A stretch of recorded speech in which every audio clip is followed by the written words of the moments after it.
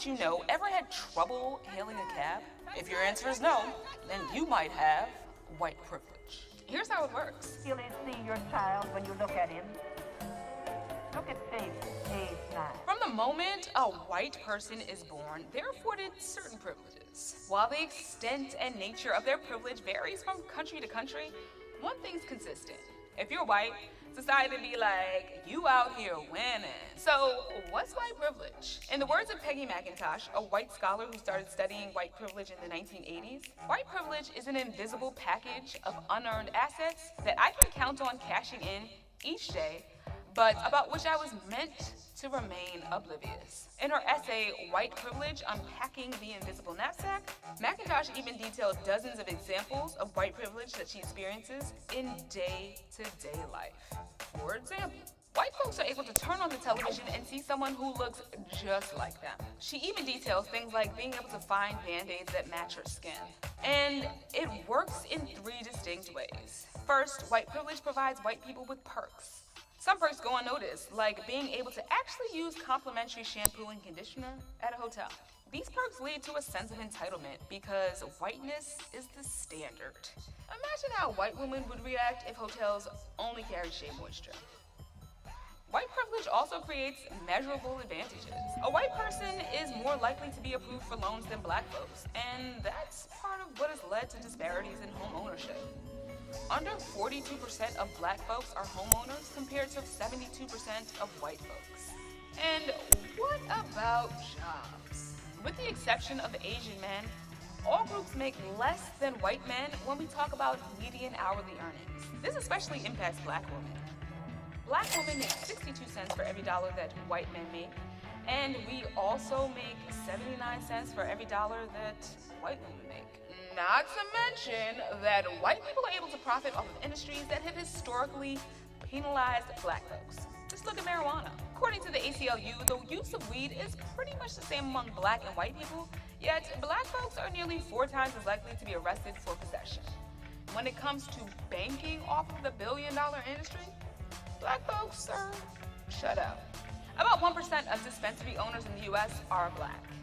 Yep, that has white privilege written all over it. And folks, we're only talking about weed here. The fact that there are major disparities in incarceration rates based on race is no surprise. Finally, white privilege has pretty much come to shape everyone's view of history. Everything we've ever learned in schools, every face on our cash money, damn near every page in textbooks centers white people and has been written from the white perspective. These are the faces of our nation's heroes. Why does this matter, you say? Well, white privilege literally affects everything. Income, education, employment, incarceration, spending, housing, and even assembling. Real talk. Do we think that a black person can protest while being armed and live to see the next day? These unearned handouts afforded to white folks are completely real, and the effects of white privilege are measurable. In the words of Damon Young, editor-in-chief of Very Smart Brothers, what white privilege means for white people is that their whiteness hasn't been a social, political, professional, financial, or legal hindrance. They have the privilege of the benefit of the doubt, which manifests as the privilege to just be. So now that you know, are we gonna dismantle white privilege or not? Real talk. Real talk. Real talk. Real talk. Real talk. Real talk. I have to say, I initially when this came up for me, I didn't want to talk about it, but I had an encounter with a dear friend of mine that in essence said, Gino, with my white privilege, I'm going to help you. And in the conversation, when she was having this conversation with me, I could feel the sting, but I didn't know why. I could feel me disconnecting. Her intentions were fantastic, but the unawareness, I felt the energy in me shift. There was no awareness or unawareness in her preview This was something that she was doing for me as a black woman, for other black people in the world, for, as she mentioned, one of the kids that goes to school with her daughter, for that little black girl. She was going to use her white privilege to help us. And so as I sat with it for, I don't know, maybe a few months before I could really articulate what was there for me, what was coming up. And it was even in the midst of wanting to help, this blind unawareness that there was still a hierarchy, that there was still separation, that it wasn't that I'm moving forward to help mankind, to help all human beings be equal. It was I, with my white privilege, I'm going to help you. I'm going to help black people. And so when we had the conversation, the first one was not nice. It was not nice. It was not nice on my end because I was very raw in my feelings, and really I actually even wrote them down because it was coming through so quickly.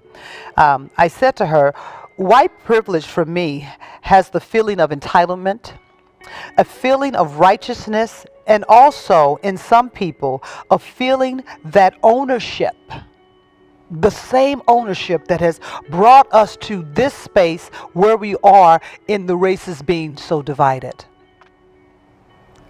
I said, it's amazing that when the British came over, they came over to get away from slavery, to have a free country, and yet they turned around and did the same thing.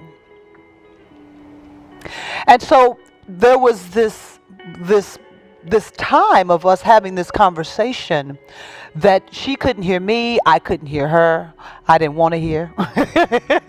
She didn't want to hear. She was offended. And you know what we can do when we get offended, anyone. We start listing our credibilities. You know, you remember when you was here and I did that for you? Well, then remember when this happened and that and I did this? And, you know, it was like, wow, we were there. There was a huge divide in between us. And that divide was hurt feelings. And so I'm saying to each and every one of you that are watching now and when you see it later, this is not about poking the finger, but it is about having a conversation that you may or may not agree with, you may or may not understand, but being able to have the space to have the conversation and not close your heart off. I sang that song Opening because this has been opening me up to feelings and things that I did not know were there, or at least I thought I could control the feeling. But as we are as we are moving to this greater awareness of consciousness, as we are moving to a higher understanding of beingness, and we are creating this new world, none of the old world can drag forward with us. And so that means this conversation has to be.